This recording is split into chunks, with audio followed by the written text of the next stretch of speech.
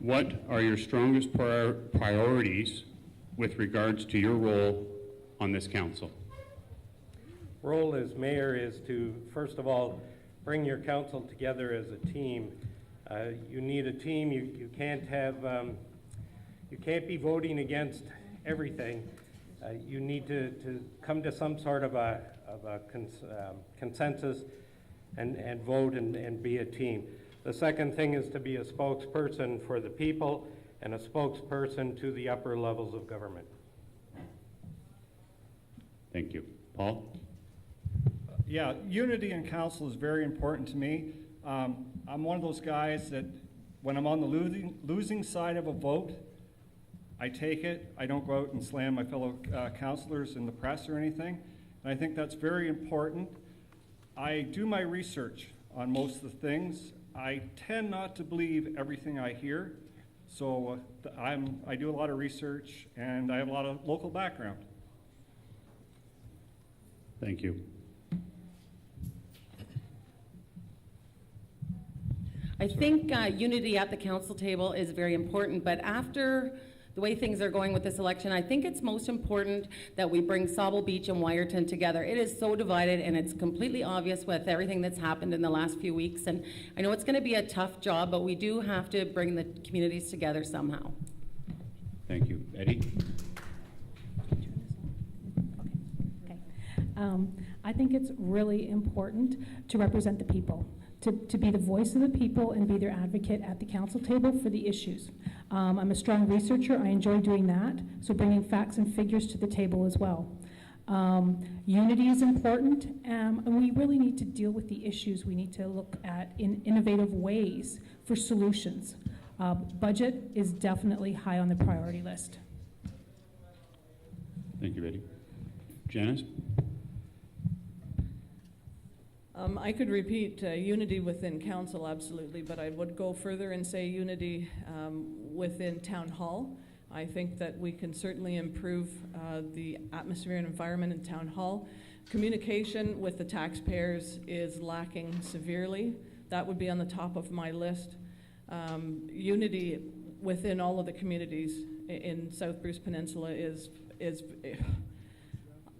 we absolutely have to repair that, and we have to do it quickly. And we've got to bring development to town. Thank you. Maybe we can all start with taking the example of the two chambers here working together to put this meeting on tonight, and councils in the future could also think to that. When we make decisions now with the ward systems gone, I hope that the new council will be making the decisions of the whole town of South Bruce Peninsula. It's going to take time. It's not going to happen overnight to unite this whole municipality and town, but I hope this is the beginning for the future and the thought process of councillors and the town and the staff and also the taxpayers. Thank you. Mr. Nusko. The role of the deputy mayor is to be the mayor when the mayor is not around, in the shortest possible way of saying it. Thus, what I see my role is a very supportive one. It'll be my job to help realize the vision brought forward by the elected mayor and councillors. And I'm going to be a team player, not going to be pulling council in opposite directions. I'll just bring my experience to help everyone accomplish things for our community. Thank you. Mr. Standen. I believe that we need to work collectively, and it starts in this room, to all be unified and bring all corners of our community together first and foremost. And of course, beyond that, we need to be unified with our neighbors and be sure that we have solid working relationships with them as well. Thank you. Mr. Leonard? Well, first, I think my speech has gotten through because all but one has used the term unity now, so we're on our way. If we can have the unity, we can move and do whatever we want to do, and we need to have growth in our infrastructure as well as new business and new building. Thank you. Mr. Jackson? Thank you. I think the basis of my campaign has been about bringing a fresh perspective and new ideas to the community. I think that's something that we're lacking. I think we need vision for the community. As everyone's talked about, we need to bridge the gaps between the different communities, and we need to ensure that we're looking to create opportunities for the future generations so that we have a strong community to move forward with into the future. Thank you. Ms. Vukovic? I guess I can finish my speech now. Unity is fine, and I also respect every community that we have here. Everybody have their culture, their way of doing things, and I respect that, and that should be preserved. And our public facility and infrastructure, like roads, sewers, landfill, and fire, were a huge investment and must be upgraded, maintained, and operated to provide the most benefit to our community. Thank But you. that's Thank you. But Mr. Gammy, please. reasonable cost. The role of a counselor, member of council, is to represent the residents properly. That means fewer, if any, closed meetings. There's a need to allow residents to participate without fear of being bullied. One of my priorities is to stop the bullying from town hall. For example, contrary to Dan Kerr, I did not sue the town. I have never, ever sued the town. The town sued me. Thank you, Mr. Gammy.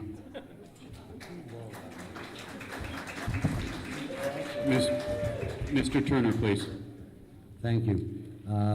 My idea is keep the role of government as small as possible. Always say yes to good ideas. Always respect property rights when voting on issues, and continue the start we made on infrastructure improvement. Thank you. Mr. Kerr. Yes, what I would like to see is the starting point would be building a relationship with the new council. And I think the administration and staff is very important also, that you start a good relationship with them. And then council has to begin to set priorities on issues that we need to address right away, be they roads, be they the landfill. Those issues, the airport, need to be prioritized and dealt. And Mr. Gammy in Thank you very much. case Thank you. 12-145 Thank you. sued the town. Thank you. Thank you, sir. Ms. Baumann, please. Oh, thank you. I think the most important thing for us to look at right now is really realistically roads and maintenance. It's going to be a challenge to maintain all of our existing roads and our parks and our beaches, but wherever possible, I'll make sure that the monies are in the budget to maintain the current level of service and identify possible efficiencies. Very simple. Thank you. Thank you. Once again, I know you guys were told of the rules for this evening and how this is going to go. The following question will be directed to two councillors and two councillors only, and you'll each have a minute to respond, of which I'm going left to right, and I'm trying to keep everybody in order here. This question will be directed to Paul McKenzie and Chris Thomas. You guys are sitting together, so here we go. The town of South Bruce Peninsula has a strategic plan in place. How do you see the strategic plan being implemented? Mr. McKenzie. That is a good question. It's such a big plan. I don't really know where to start and how to implement it. It covers so many different things, and we're so diverse. I think we have to get back to doing our basic things as a council, like looking after our infrastructure, looking after the garbage, looking after all the stuff. We don't need to get off track. I think council and government has got way off track trying to implement these wonderful plans. We should be elected to do a simple job, run the town. Thank you. Yeah, the strategic plan is a bit of a tricky item. We had it done, and then when it came to us, it was almost like we didn't know what to do with it. We were just concerned that we didn't want it sitting on a shelf, and we discuss it every few weeks at council. We have to, make sure we're working towards a strategic plan. And I do think it's something maybe every couple months we need to put it on our council agenda, different parts of it, and actually work on it, and not just let it sit up on the shelf. Thanks. Thank you. Following question has been directed to all all candidates on the, up there. It will be a 15-second quick hit answer. Once again, I will go left to right. Will you support majority votes of council, even if you have voted in the minority? Mr. Close. Without a doubt, that is your prime job afterwards. You have to support everything that a council approves. Thank you. Mr. McKenzie. I always have, and I always will. It's democracy, and if you're on the losing side, that's just the way it is. Thank you. Sometimes it is a hard pill to swallow, but I do support whatever decision is made. When we were first elected 4 years ago, we discussed that at length, that when a decision is made, we've made it together. Thanks. Thank you. I want to represent the people. So on a recorded vote, I will stand by the people, and I want them to know that I am firm on a belief. However, democracy will rule, so the majority will go forward. Thank you. The majority does rule, and primarily, if I'm on the losing end, I don't say anything. However, if it's a major issue, something that severely affects the public, I certainly, as the public's representative, don't want anybody to think that I towed the line and went along with council when it was, in my opinion, a mistake. Mr. Kirkland. I do make my opinion heard at council. When I'm on the losing end of a vote, I do go forward as a whole of council, and I believe that is the way that we should move into the future. Thank you. Thank you. Yes, I believe that once a decision is made, it's the role of council to work together to implement that. That's the way it works on committees. Sometimes you're on the winning side, sometimes you're on the losing side, but once the decision is made, you've got to implement it. Thank you. Mr. Standen? Yeah, and I believe over the last 4 years I have demonstrated that with my time at the table. Thank you. Mr. Leonard? If the question is if I'll support the committee at the end and it didn't go the way I wanted, sure, that's standing in unity, but I will have a strong opinion. Thank you. Mr. Jackson? Well, the very function of council chambers are a place of debate. Once the debate has been taken, you are a team, and I think that you should support the decision of the majority. Thank you. Ms. Vukovic? Well, it is always was that majority prevail, but then if I think that this is not good for the residents, I would raise my voice, and I would let them know. Thank you. Thank you. Mr. Gammy? If I'm in the minority, I will accept the majority decision, and I would do my utmost to implement that majority decision. But I'm not going to go out into the community and champion some decision that I completely disagree with.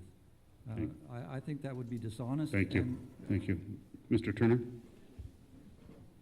Stop looking at my sheet, Craig. I accept the majority decision and will not speak against it, but I won't go door to door to sell it. Thank you. You said it better, Jim. Mr. Kerr? I think during the debate, you express your opinions, you can be passionate about it, but once a majority, a decision is made in council, you must support it. Thank you. And finally, Ms. Bowman? Dan, I could not have said that better. Absolutely agree. Thank you. Thank you.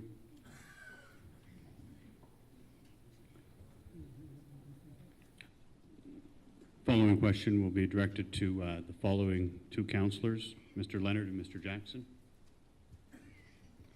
You'll each have 1 minute to respond. What is your top priority for local small business? Wow, 1 minute. Top priority. Well, for starts, being a business owner in downtown Wyerton, I'm not sure how it affects Sauble Beach, but in the wintertime, we really, really lack snow removal. For me, that's one of the top priorities. The other thing is we need to, I opened my business, and it was a good year before one single councillor or mayor walked through my doors to congratulate me on opening. I feel that should be done immediately by either the mayor, the deputy mayor, or at least a council person, and to see how you can help that business and the other businesses to move forward. And I think that's lacking right now. Thank you, Mr. Leonard. Mr. Jackson? Thank you for the question. I think it's an important one, and one that I've heard lots from small business on. I think there's a perception out there currently that Town Hall is not always there to support small businesses. I've heard a number of stories of potential barriers and limits that are placed on folks trying to get into business or are currently in business. So I think my number one priority will be ensuring that the municipal government is there to support small businesses and entrepreneurs. They're the very backbone of this community, and they are the vast majority of employers. So I think council needs to be there as a champion for small businesses. And I think it's really the council's role to be out in the community, gaining an understanding of sort of the struggles that business owners are dealing with and trying to find solutions. So more or less just being engaged and being involved with business owners, making sure that I'm well versed in understanding what the issues are and looking for solutions. Thank you.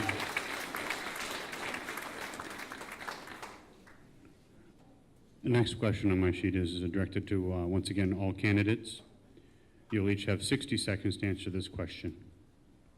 I will start once again at the far left.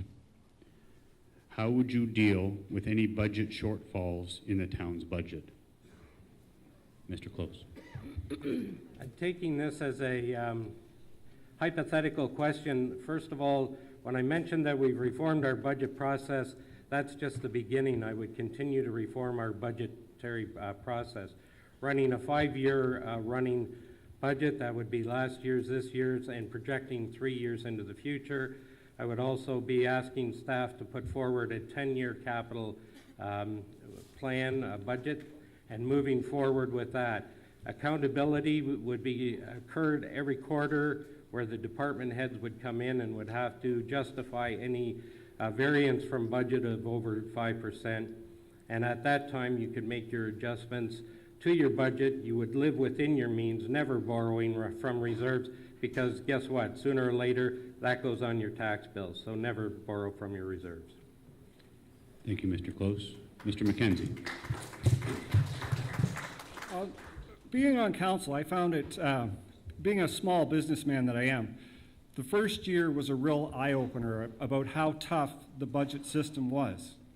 I've always looked at budgets, ran my business accordingly, and you get into town and you realize that, yes, it's a business, but no, it isn't a business, because there's things you have to support to keep the community going. And if we ever did run into that situation, I have no trouble cutting services. There's certain services maybe, or certain businesses we shouldn't be in. So I would look at that, look at cutting some services. That's how I would deal with it. Thank you. Ms. Thomas? Yeah, I think the one thing we don't want to do is dip into our reserves. But I think if it ever comes a time that we need to, I also agree that we would have to cut some services. Maybe with staffing, there's probably a few hours we can tighten things up around there, but I think we would have to cut, cut some services whether we wanted to or not. Thank you, Ms. Thomas. Ms. Hall?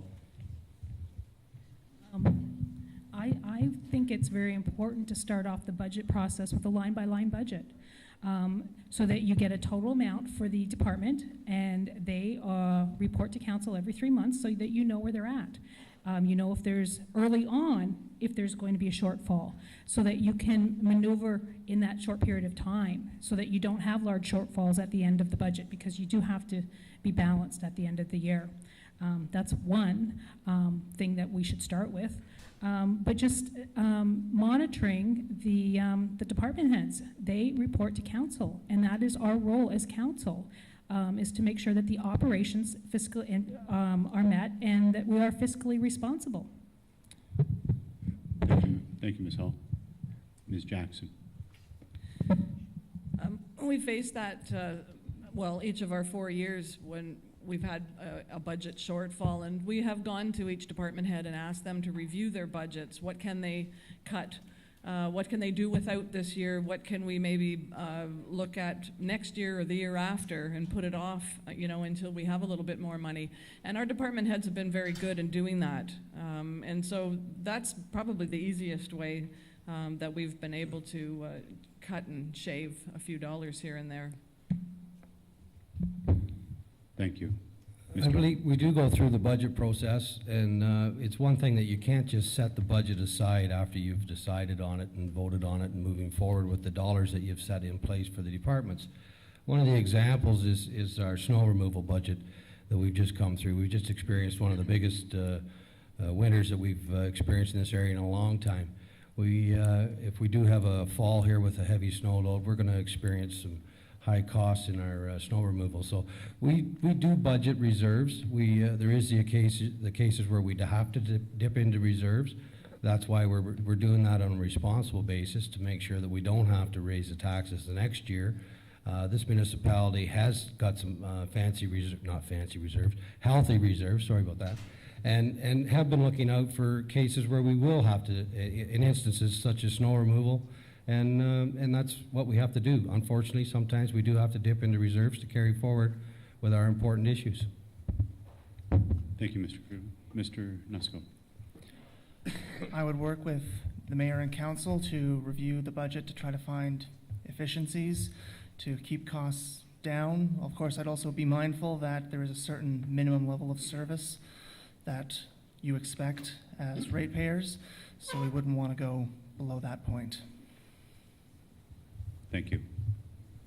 Mr. Standen. I would take a three-step approach to making the right decisions. First of all, we are presented work plans by the departments, so I think seeing what luxuries or so-called want items versus need items could be cut from that is first and foremost. I really hate to say it, but look at cutting services would be my second approach. We are running at a bare bones. We are running our services rather bare bones right now, I feel. And finally, consider reserves. Thank you. Thank you. Mr. Leonard? Well, that's a huge question. I'm not sure how I'd answer it without not being in that position yet on council and having such a large budget to have to deal with. However, I don't always think cutting services is the way to go. You have to face reality that every year that goes by, the cost of living goes up. The price, the tax base has to go up by at least that cost of living in order for us to continue on. I don't know why we're always so stuck on trying to maintain a zero tax increase. We're always doing that, and yet the cost of living goes up 2%. Well, where's that 2% come from? It's got to come from the reserve if we don't have it. Thank you. Just to make note that I didn't write these questions, so you're giving me compliments that I don't deserve. Mr. Jackson. So I think the reality moving forward is probably going to be challenges with our budgets. I think we need to obviously look for efficiencies in how we're delivering services. As small municipalities in rural Ontario, I think we're also going to have to look for opportunities to work with our neighboring municipalities to build economies of scale and look for shared services that we maybe can help drive our costs down. And I think at the basis of this question, we need to focus like a laser as a council in looking for ways to attract new families and new businesses to invest in our community so that we're having more activity, whether it be residential or business activity, to help share the tax burden as we move forward and bring new revenues to the community. Thank you, Mr. Jackson. Ms. Vukovic. Well, that's a very tough question. I was on a council for 7 years, and during the budget, we always look, what can we do without cutting on the services? People do pay for services, and I would not cut that. When the budget is done, they put so much money in reserve, and that's why reserve are for. If you cut short, you go in the reserve. There's also, when I was on a council, we got the grant, $11 million. From provincial and federal government. So you apply for it. Money are there, just had to be applied. So that's what I can promise you. I can say, well, I won't raise your taxes or cut your grass or wash your windows, but I had to remember those things. Thanks, Mr. Vukovic. Mr. Gammy. There's no need to cut services. Residents want more and better services, not less. We need to balance the budget. We can cut the grants to the chambers of commerce, huge grants coming out of your pockets into the chamber's pockets. We can cut the subsidies to the airport, huge subsidies to the airport that's doing us no good. And we can start charging tourists for parking again at Sauble Beach, which will reduce your taxes by 3%.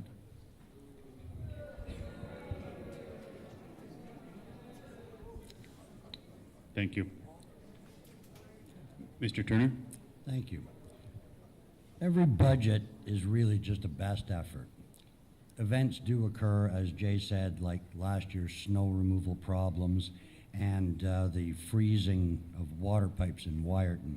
We do have a kind of an emergency fund available to us that we put in place in the last budget that allows us to move money within departments. And the nice thing about it is our staff is keeping us very, very well informed of any shortfall as it occurs. Nobody gets a surprise. We all know about it ahead of time, and we found some pretty innovative ways to deal with it.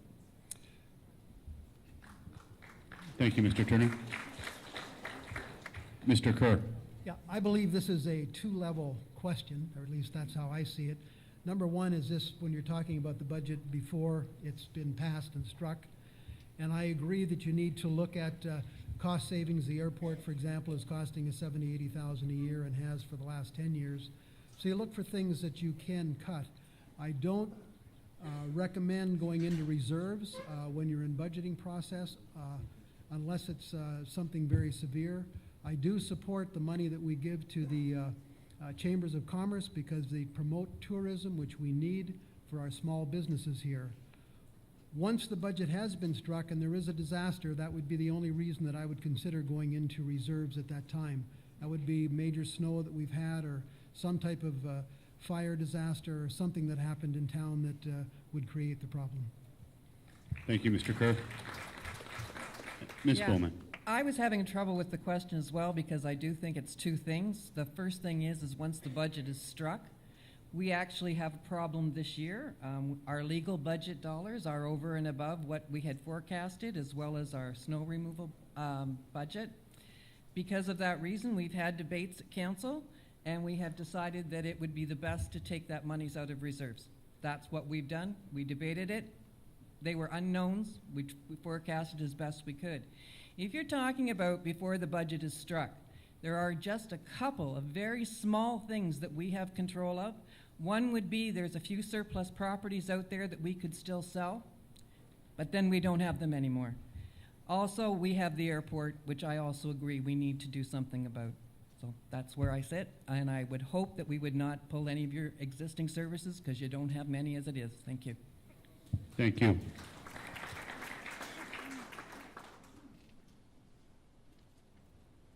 The following question is going to be directed to Ms. Vukovic and Mr. Gammy. You'll each have 1 minute to respond. Could you go first? What do you see as the most urgent economic revitalization priorities for our community? Ms. Vukovic. What do you see as the most urgent economic revitalization priorities for our communities? I spent one day in Wyerton business section and went from door to door, except I think Josie, she wasn't there, so I couldn't be able. I went there and I said, somebody has to take ownership of this business strip in Wyerton. I see grass growing in between the cement. I see stores closed. I see people sitting over there. I spoke with one person for half an hour. There's no customer in there. I feel sorry for those people because they have to make a living. And we have an airport that has been draining two municipalities for 20 years. That has to stop. We have a subdivision of 2,500 units south of Wyerton that's sitting there. When I was on a council, it was a halfway there, and now it's just a frozen. Developer will walk away, and that's the huge amount of consumers that would help business, and that has to move forward. That's what I see. Thank you very much. Mr. Gammy? The biggest problem, as I see it, with the economy, the local economy, is the amount of money that the town is taking out of the taxpayers' pockets. When you take that money out of the taxpayers' pockets, you, the residents, have less money to spend, and that means you have less money to support the businesses of the community. We need to put that money back or stop taking it out of your pockets, and that will make the businesses a lot better off. The second thing I've offered to do is start an economic development committee independent, totally independent of council, so that there's no tendency or no temptation to go into the treasury and steal money from the treasury. And with this Economic Development Committee, I would get all the people that are underemployed or want to be employed, and all the businesses that want to expand their business and sell to the world all the talent in this town of South Bruce Peninsula, and to get new businesses into town, and to get the current businesses operating better. Thank you, Mr. Gammy.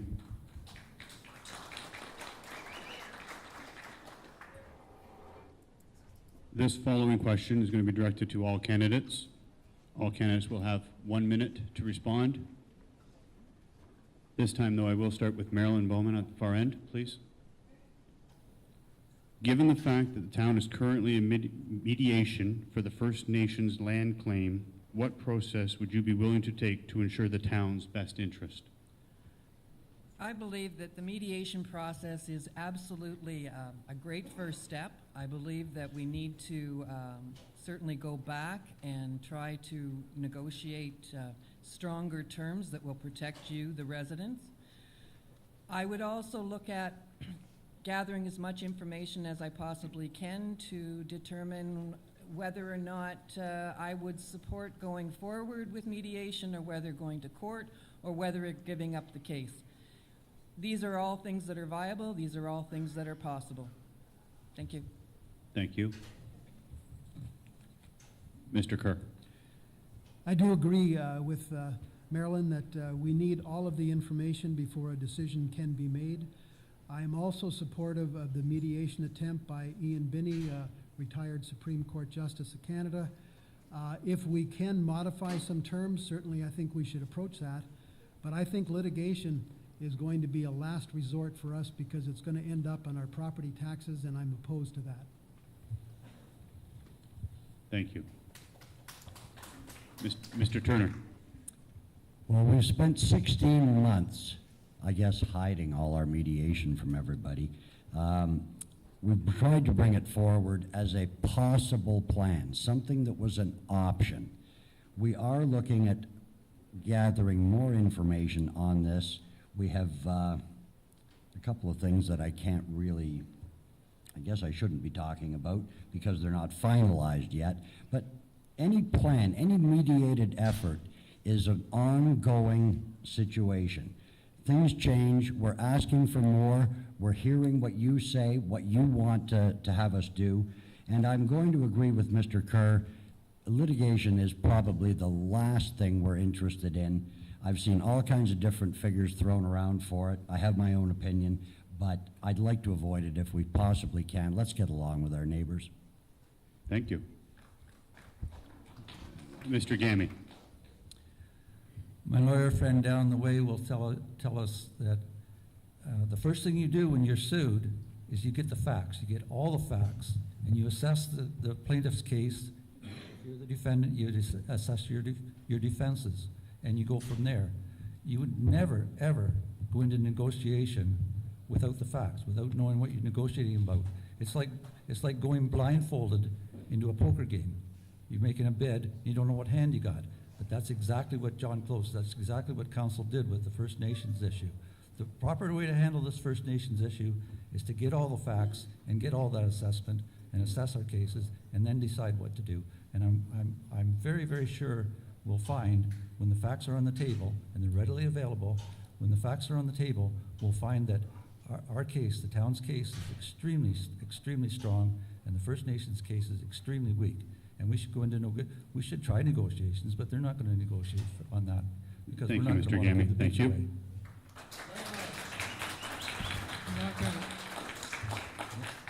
Ms. Vukovic. 16 months behind closed doors is a long time, and we are not anywhere ahead now.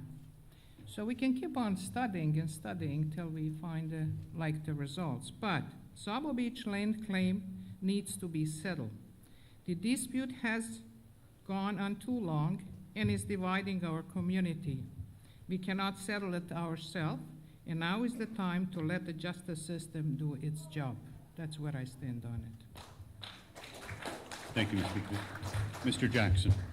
My position on this has been fairly clear, and I think that we need to go through a consultative process with the community to get the remainder of the facts out so that we all have an understanding of our position. And then at that point, I think we're going to have a tough conversation about how we move forward with this. What I will say from my experience in working with First Nation communities is that the courts do not have a tendency to rule in people that are challenging land claims' favor, and we need to be very respectful. I think we need to be very careful in how we approach this situation. And everything we do, I think the one thing we have to avoid is driving the two communities apart and ending up with a conflict over the beach that's not going to be resolved in the courts, that's not going to be resolved through mediation, that will end up with a conflict. And I think that's what we should be thinking about in all of our actions, is being respectful of the First Nation, being respectful of the community, and trying to find a settlement peacefully.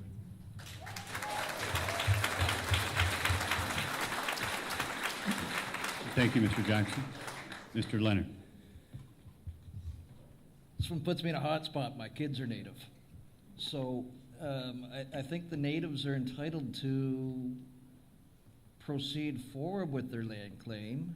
If that's what they think they own, if they can prove they own it, then that's what it is. I mean, it sucks to be us, right? It really sucks to be us. Our predecessors screwed up. Now we're left to pay for it.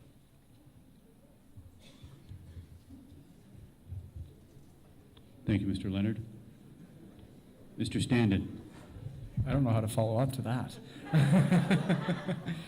I touched on it earlier, and I said, you know, this isn't a decision that can be made hastily, first and foremost. We need to, as elected officials or representatives of the municipality, we need to have all the facts and make informed decisions and share those facts effectively. I'm supportive of mediation and exhausting this process. Litigation for me is a last resort because I don't want to burden an already stressed tax base. I mean, we have other priorities that come higher to this, in my opinion. So I am completely in support of mediation and exhausting that first. Thank you. Thank you. Mr. Nusko. I'm also in support of getting sufficient facts to allow us to make the right decision that is best for our community. I believe that mediation should continue and we should pursue this option as far as we can. From what I've read and gathered, I believe that it is possible to reach a negotiated settlement that can be both a win-win for both parties. And I agree that litigation should be a last result because win or lose, it will be expensive. And litigation tends to be a winner-take-all scenario, and I don't know if that would be best for us. Thank you. Mr. Kirkland. Thank you.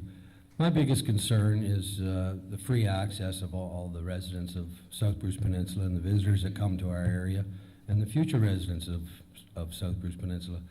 We had to go through the mediation process to find out even if the First Nations, which is our neighbors, were willing to negotiate some kind of a settlement deal.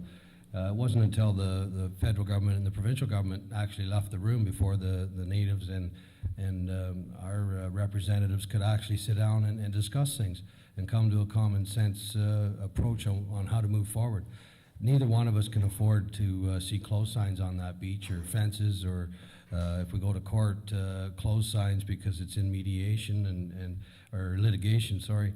So my biggest concern in moving forward is to make sure that we still have the access to that beach.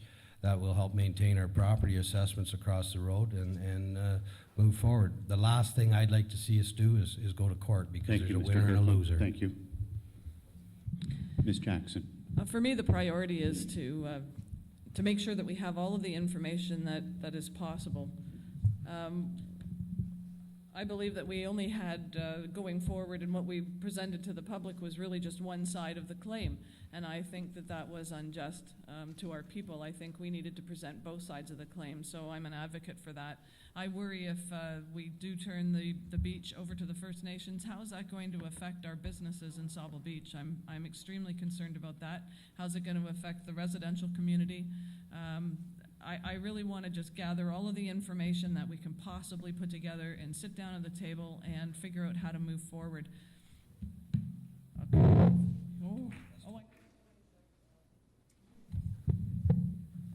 Okay. Okay, sorry. Thank you, Ms. Jackson.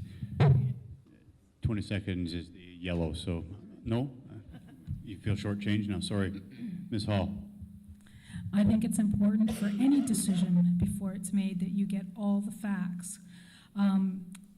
That's important. So I would like to see us get more facts, all the facts, have a good council discussion and decision. What concerns me right now, from what the information that I have as being a member of the public like you, is the management plan, the management committee, and it clearly isn't working successfully for the airport. So that's my one reservation right now. I don't see any harm really for the two councils just to sit down together and talk it out and see if we can come to a resolution that way. Thank you, Ms. Hall. Ms. Thomas? I'm not in favor of litigation. I think the mediation process will probably be the way to go. We need to keep good relations between South Bruce Peninsula and Saugeen. We're neighbors, and we don't want any problems that will affect our tax base. Thank you. Mr. McKenzie? I'm also for mediation. As Mr. Nusco said down there, litigation is a winner-take-all scenario. And I really don't want to see a winner-take-all scenario. If we lose, we don't have it anymore. At least if we can negotiate and work with our neighbors, I don't see why we can't work with our neighbors. We've lived here for over 150 years. And I also would pressure the upper levels of government. This is a situation where the town of South Bruce Peninsula should not be in. Where does the federal government sue a town? Now, thank you. Thank you. Finally, Mr. Close. Okay, Anna mentioned that mediation's been going on for 16 months. It actually has been going on since 2006. The previous council dealt with it under Justice Winkler and achieved absolutely nothing. So we have been dealing with it. Sorry. And right now we have two cases against us, one by the federal government for approximately $12 million and the other one from the Saugeen Nation for 25. The question is, are you prepared to live with the beach if we lose it?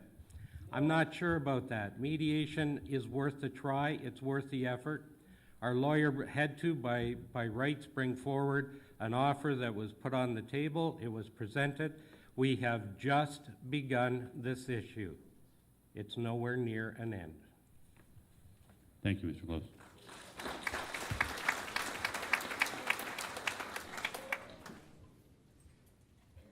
Following question will be directed to my first two deputy mayors, Ms. Hall, Mr. Kirkland, both of which will have 60 seconds to answer. What is your program to manage our landfill, increase recycling, and start the 10-year process to get the approval for expansion? Ms. Hall. That's a great question, and that concerns everyone. We have to budget money every year, call it a savings account, if you will, for the end cycle of the landfill.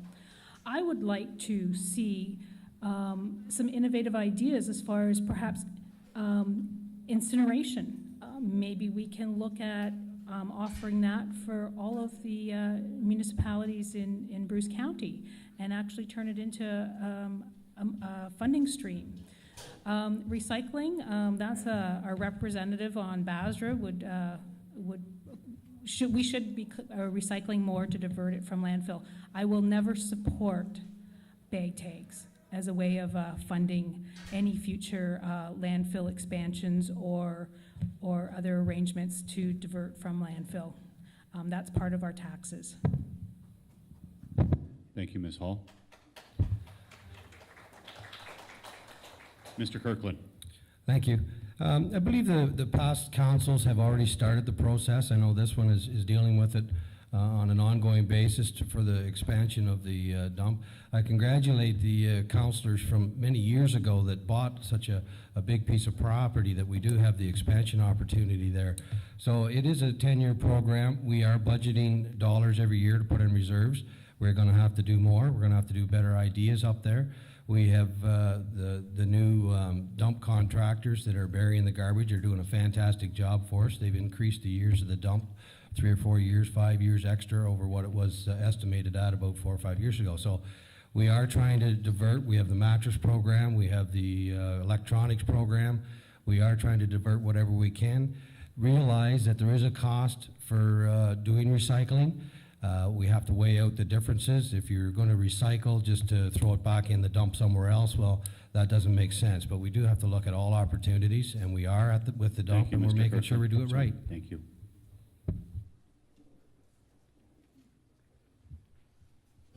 Following question is going to be directed to the next councillor, which is going to be Mr. Turner. You'll have 60 seconds. How would you go about making South Bruce Peninsula a development-friendly town?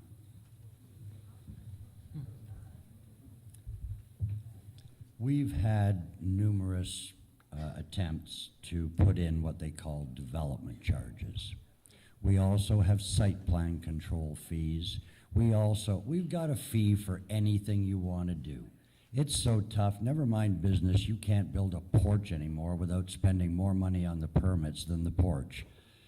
I've been against development charges from the beginning. I understand why other municipalities have instituted them, but I also remember when Owen Sound dropped theirs and experienced a bit of a boom. I think we have to make it friendly, but we can't give our town away. We can't say, come on here, we'll give you free services. It's not free, folks. It's on your back. You're paying for it. We can't say that we're going to provide all the things you need and give you taxes free for 10 years. Thank you, That's Mr. Turner. gifting. Thank you.